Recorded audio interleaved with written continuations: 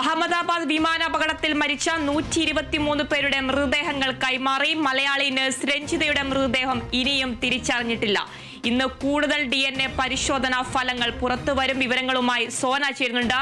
സോന, 123 പേരുടെ മൃതദേഹങ്ങളാണ് കൈമാറിയിട്ടുള്ളത്. അന്വേഷണം പുരോഗമിക്കുന്നുണ്ട്. അതുപോലെ തന്നെ DNA പരിശോധന മറുഭാഗത്തും പുരോഗമിക്കുന്നുണ്ട്. കൂടുതൽ വിവരങ്ങൾ. തീർച്ചയായും അഹമ്മദാബാദ് വിമാനാപകടത്തിൽ മരിച്ച 123 പേരുടെ മൃതദേഹങ്ങൾ കൈമാറിയിരിക്കുന്നെന്നാണ് പുറത്തു വരുന്ന റിപ്പോർട്ടുകൾ. മാത്രമല്ല, ഇതിൽ പത്തനംതിട്ട സ്വദേശിയും മലയാളി നേഴ്സുമായിട്ടുള്ള രഞ്ജിതയുടെ മൃതദേഹം ഇതുവരെ തിരിച്ചറിയാൻ സാധിച്ചിട്ടില്ല. ഇതിനായി രഞ്ജിതയുടെ സഹോദരൻ ഇതുപോലെ ദുരന്തം നടന്ന സ്ഥലത്തേക്ക് പുറപ്പെട്ടിട്ടുണ്ട് കഴിഞ്ഞ ദിവസം.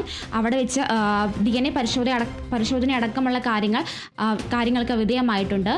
ഇന്നാണ് DNA പരിശോധനാ ഫലങ്ങൾ അടക്കമുള്ള കാര്യങ്ങൾ ഇന്ന് പുറത്തു വരുമെന്നാണ് അറിയാൻ സാധിക്കുന്നത്. മാത്രമല്ല, അതേസമയം ദുരന്ത സ്ഥലം പരിശോധിക്കുകയാണ് വിമാന കമ്പനികളായ ബോയിങ് കമ്പനിയുടെ സാങ്കേതിക വിദഗ്ധർ ഇന്ന് ദുരന്തം നടന്ന സ്ഥലം സന്ദർശിച്ചിട്ടുണ്ട്. എന്താണ് ഈ ദുരന്തത്തിന് കാരണമുണ്ടാകുന്നത്? വിമാനത്തിനുണ്ടാകുന്ന തകരാറാണോ, അതോ എഞ്ചിനുണ്ടാകുന്ന പ്രശ്നങ്ങളാണോ, എന്തുകൊണ്ടാണ് ഇങ്ങനൊരു അപകടം ഉണ്ടാകുന്നതിനെ പറ്റിയുള്ള വിശദമായ അന്വേഷണം നടക്കുകയാണ്.